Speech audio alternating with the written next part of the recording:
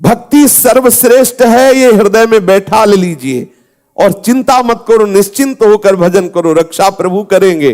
तुम्हें अपने साधन रक्षा की भी चिंता नहीं करनी, वो योगक्षेमम वहाम्यहम प्रभु करेंगे। श्री देवर्षि नारद जी कहते हैं, सूत्र संख्या 82, जब आप भक्ति का आश्रय लेंगे, जैसा पीछे वर्णन सुनते रहे, तो आपके हृदय में भक्ति इस रूप में प्रकाशित होती है। यह जरूरी नहीं है कि ये सद्गुण सब में समान भाव से प्रकाशित हो सकता है इन 11 में से एक की प्रधानता हो जाए और 10 गौण रूप से रहे, पर होगी जरूर। इन 11 में से एक कोई न कोई भक्त के अंदर जरूर प्रधान होगा। ये प्रेम रूपा भक्ति जब किसी के हृदय में प्रकाशित होती है तो ये 11 प्रधानताएं उसके हृदय में आती है। उनमें से 11 सबके हृदय में होंगी, पर एक की मुख्यता होगी, एक में बहुत रुचि होगी। जैसे पहला है गुण महात्म्या शक्ति, दूसरा है रूपा शक्ति, तीसरा में है पूजा शक्ति, चौथा है स्मरण शक्ति, पांचवा है दास्या शक्ति, छठवां है सख्या शक्ति, सातवां है कांता शक्ति, आठवां है वात्सल्या शक्ति, नवां है आत्मनिवेदना शक्ति, 10वां है तन्मयता शक्ति और 11वां है विरहा शक्ति, परम विरहा शक्ति। ये समस्त भक्तों के हृदय में होगी, ये होंगे सब लक्षण, लेकिन किसी एक की प्रधानता होगी। गुण महात्म्यासक्त भक्त जैसे देवर्षि नारद जी, महर्षि श्री कृष्ण द्वैपायन भगवान व्यास देव जी, परमहंस श्री सुखदेव जी, याज्ञवल्क्य जी, कागभूषुंड जी, भगवान शेष जी, सूत जी, शौनक जी, सांडिल्य जी, भीष्म जी, अर्जुन जी, परीक्षित जी, पृथु जी, जन्मेजय जी आदि। ये जब गुण प्रकट होता है भक्ति के प्रताप से, गुण महात्म्या शक्ति, इसमें बस एक नशा चढ़ता है, मुझे सुनने को मिले, प्रभु की चर्चा सुनने को मिले, इसकी प्रधानता होती है। जैसे ये गुण जिसके अंदर प्रधान होगा तो भजन सेवा और जितने भी है ये सब रहेंगे उसके अंदर, पर उसके अंदर इस बात की भूख हो जाएगी मुझे भगवत चर्चा सुनने को मिले। जैसे पृथु महाराज के हृदय में जब ये आसक्ति प्रकट हुई तो प्रभु से कह रहे कि मुझे 2 कान से तृप्ति नहीं होती, मुझे वरदान दीजिए कि मेरे 10,000 कान हो जाए, 10,000 कानों की सामर्थ्य मेरी श्रवणेंद्रिय में हो जाए, मैं आपकी चर्चा सुनते हुए कभी आघाऊं ना। यह आसक्ति, अलग अलग रुचि होती है। भक्ति जब प्रकाशित होगी तो ये गुण होंगे, लेकिन किसी किसी में एक गुण की प्रधानता पाई गई। जिसके अंदर गुण महात्मा आसक्ति होगी उसको हर समय यही लगेगा, अगर कहीं चर्चा सुनने को मिले तो सब गौर कर देगा, भाग के वहां जाएगा, सुनेगा। वो भगवत चर्चा सुनने का बहुत ही आसक्त चित्त से वो रागी होता है। वो किसी भी तरह से बर्दाश्त नहीं करेगा कि भगवत चर्चा आज नहीं मिली तो हम अन्य साधनों से संतुष्ट हो जाए। वो विकल हो जाएगा, मुझे भगवत चर्चा चाहिए।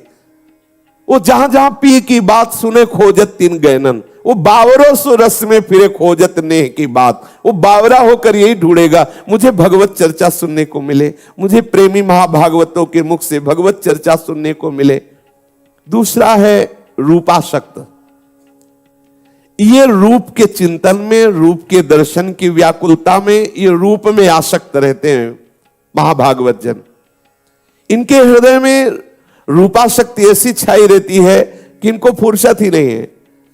बस नख सिख लो अंग माधुरी, नख से सिख तक वो रूप का बार बार अवलोकन कर रहे हैं, रूप की चर्चा सुन रहे हैं।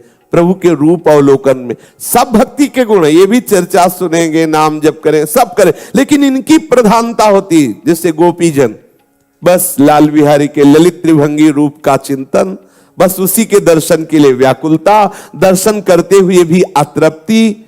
तो कुछ भक्तों के हृदय में जब भक्ति रंग लाती है तो उनके हृदय में रूपाशक्ति प्रकट हो जाती है। वो रूप का चिंतन, रूप के ही बार बार बातें जो शास्त्रों में वर्णन है उन्हीं को पढ़ना, उन्हीं को सुनना, उसे वो रूपासक्त है। कुछ भक्त ऐसे हैं जिनके हृदय में रूप की इतनी प्रबल आसक्ति है कि रूप छके घूमत रहे, तन को तनिक न भान, नारायण दृग जल बहे, यह प्रेम पहचान। वो रूप में छके हुए घूमते। यदि ऐसी स्थिति नहीं तो विरह कमंडल कर लिए वैरागी दो नयन। उनके हृदय में रूप दर्शन की इतनी व्याकुलता है कि दोनों नेत्र विरागी हो गए। अब कुछ देखना अच्छा नहीं लगता, बस प्रीतम दिखाई दे जाए। विरह कमंडल कर लिए बैरागी दो नयन, मांगत दरस मधु करी छके रहे दिन रैन। बस एक ही बात मांगते हैं, आओ प्यारे मेरे नेत्र गोचर हो जाओ, एक बार मैं तुमको देख लूं। उनके हृदय में तड़पन होती रूप दर्शन की। तीसरे है पूजा शक्त भक्त। इनके हृदय में हर समय विकलता होती सेवा की। श्री जी को इस समय श्रृंगार करना है, श्री जी को ये भोग लगाना है, श्री जी को ये कर, उनके चिंतन का विषय सेवा होंगे। एक बार देवर्षि नारद जी महाराज बहुलाश्य के यहां पहुंचे तो देखा सेवा में औरत थे, बहुत ही सेवानिष्ठ महापुरुष। राजा होते हुए भी ठाकुर सेवा में प्रातः प्रवेश कर जाते और 2 बजे के बाद भोग लगा के बाहर निकलते। 2 बजे तक केवल, इसके बाद और राजकाज की सेवा करते। देवर्षि नारद जी ने महाराज जनकाधिपति श्री बहुलाश जी से कहा कि आप जिनकी सेवा करते हैं द्वारिका में विराजमान है, एक दिन जाकर के आप भरनेत्र देख तो लीजिए, देखो ये सेवाशक्त है। हाँ बिल्कुल प्रभु, आपकी आज्ञा पालन करेंगे। सुबह सारथी से कहा रथ तैयार करो, हम सेवा में जा रहे हैं और सेवा करके शीघ्र ही आएंगे और फिर प्रभु के दर्शन के लिए जाएंगे। सेवा में गए, अब वो दिनचर्या सेवा की। जब ठाकुर जी का राजभोग हो गया, ठाकुर जी को पद सुना दिया, शयन करा दिया, तब निकले। ठीक वही 2 बज गए। फिर कहा आज तो समय हो गया, अब कल तैयार। रोज रथ तैयार होता और रोज विलंब हो जाता। सेवा में इतने तन्मय रहते। रोज कई ऐसे महान भक्त देखे गए, भक्तमाल जी में चरित्र में आते हैं, कई प्रगट में भी ऐसे जो सेवा शक्त हैं। ठाकुर जी द्वारिकाधीश जी बड़े बड़े परमहंस महापुरुषों को साथ लेकर स्वयं आए दर्शन देने। महाराज बहुलाश और महान जप में निमग्न श्रुतदेव ब्राह्मण दोनों को एक साथ ही दर्शन दिए प्रभु। दोनों को एक साथ ही घर गए। दोनों इस रहस्य को नहीं जान पाए। स्वयं प्रभु आए चल करके द्वारिका से और महाराज बहुलाश को नेत्रों का परम सुख प्रदान किया। सेवा सुख, सेवा शक्ति, उनको सेवा का ही विचार रहता है। जैसे श्री जयमल जी श्री प्रिया प्रीतम जी को शयन कराया और अपने महल में जे भी शयन में गए तो विचार किया कि अगर एक ऊंचा महल होता, उसकी ऐसे ऐसे खिड़कियां खुली होती, फिर उसमें प्रिया प्रीतम शयन करते, कितना अच्छा होता। निर्माण शुरू, ऐसे ऊपरी खंड में ऐसा निर्माण, सुंदर महल की रचना जिसमें प्रिया प्रीतम शयन करेंगे, सुंदर निर्माण करा के, सुंदर शैया, सुंदर सब। अब भावना में मगन प्रिया प्रीतम चिंतन में, इस समय प्रिया प्रीतम का ये सेवा, इस समय ये सेवा। वो कुछ भक्तों में प्रधानता होती है, जैसे गुण महात्म्य रूपा शक्ति, तो किसी में सेवा शक्ति। इस समय प्रियालाल अब बैठे हैं सत्संग में, लेकिन बार बार उनके हृदय में एक ऐसे खिंचाव हो रहा है कि प्रिया प्रीतम का श्रृंगार करना है, प्रिया प्रीतम को। ये हो रही सेवा, ये सेवा हो रही, वो चैन नहीं, उनका हृदय बार बार उनकी सेवा भाव में मगन है। इस समय भोग लगाना है, देखो विलंब हो रहा है, श्री जी को जल पिलाना है, श्री जी को शयन कराना है, श्री जी को श्रृंगार कर, वो सेवा का चिंतन। कुछ भक्त होते हैं जिनमें सेवा, पूजा शक्ति, सेवा शक्ति होती है। और चौथे होते हैं स्मरणा शक्ति।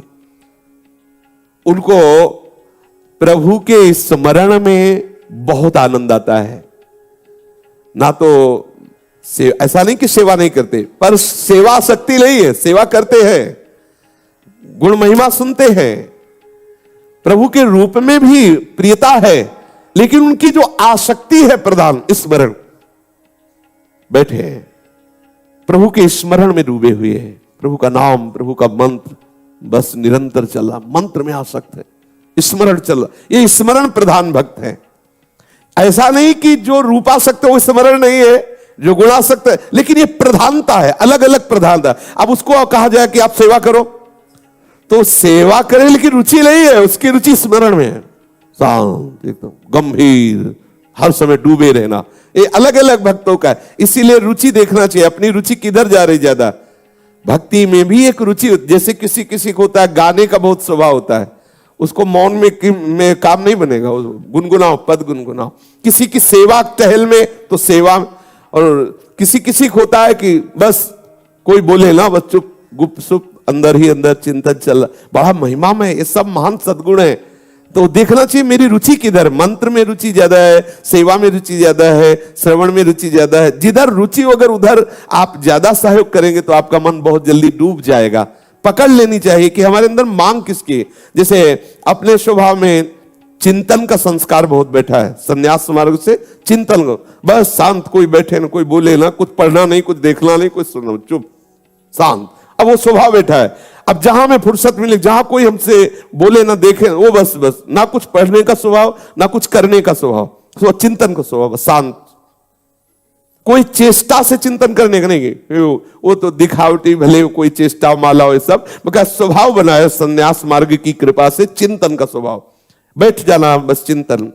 अब उसी चिंतन के रूप बदलते रहते हैं, कभी रूप का चिंतन, कभी लीला का चिंतन, कभी मंत्राकार वृत्ति चिंतन, ऐसा बाहरी चेष्टा में रुचि नहीं। बाहरी जैसे प्रगट में दौड़ भाग करके सेवा करना आदि आदि, वो रुचि अलग अलग रुचि होती है। अब ऐसा नहीं को सेवा नहीं करता, सेवा करता, पर वो जो एक प्रबल आसक्ति है वो होती है, वो प्रबल आसक्ति जो किसी किसी की होती है सेवा आसक्ति, तो किसी किसी को होती स्मरण आसक्ति, वही चिंतन, बार बार चिंतन में। अगर उसको चिंतन जरा भी छूटे तो सेवा भी छोड़ देगा, मतलब क्योंकि उसकी आसक्ति है चिंतन में, उसको कुछ बर्दाश्त नहीं होगा। उसका चिंतन छूटा तो अब वो जो सेवासक्त है, अगर उसकी सेवा छूटी तो कुछ बर्दाश्त नहीं करे। इसमें प्रधानता है, देखनी चाहिए कि अपने हृदय में प्रधानता क्या है।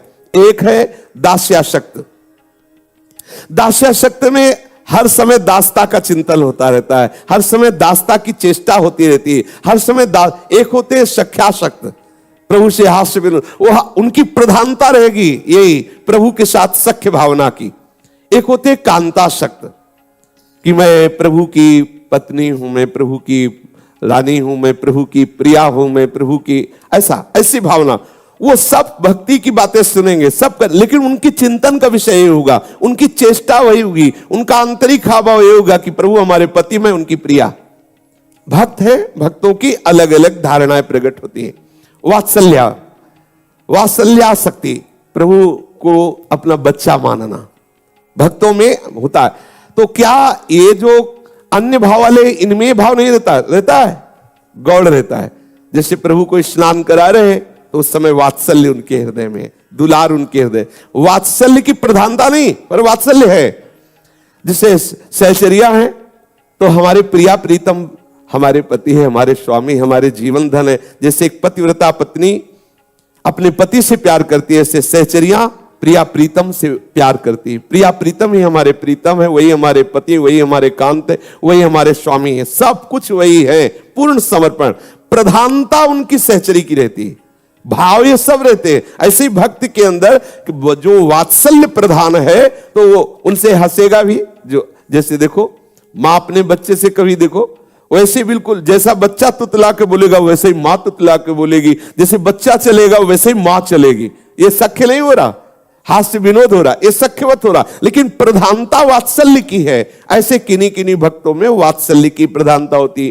किसी में आत्मनिवेदन, पूर्ण शरणागति, मैं आपका हूं, मैं आपका हूं, उसकी चेष्टा, उसका बोलना, उसका चिंतन है आत्मनिवेदन, मैं प्रभु आपका हूं, प्रभु आप मेरे हो, आपके सिवा मेरा कोई। तो और सब भक्तों में नहीं रहता क्या? रहता, पर इसमें प्रधान ये रहेगा, इसमें रूपाशक्ति, गुणाशक्ति ये सब रहेगा, लेकिन प्रधान रहेगा, बार बार हृदय में आएगा, प्रभु मैं आपकी शरण में, मैं आपका हूं, प्रभु आप मेरे हो, मैं आपका हूं। ऐसा ये आत्मनिवेदन। और तन्मयता प्रायः सब भक्तों में रहती है, पर इस तन्मयता में जिसको केवल तन्मयता की तरफ प्राप्ति होती है, उसकी सारी बाहरी शुद्धि, बाहरी चेष्टाएं शिथिल होने लगती है।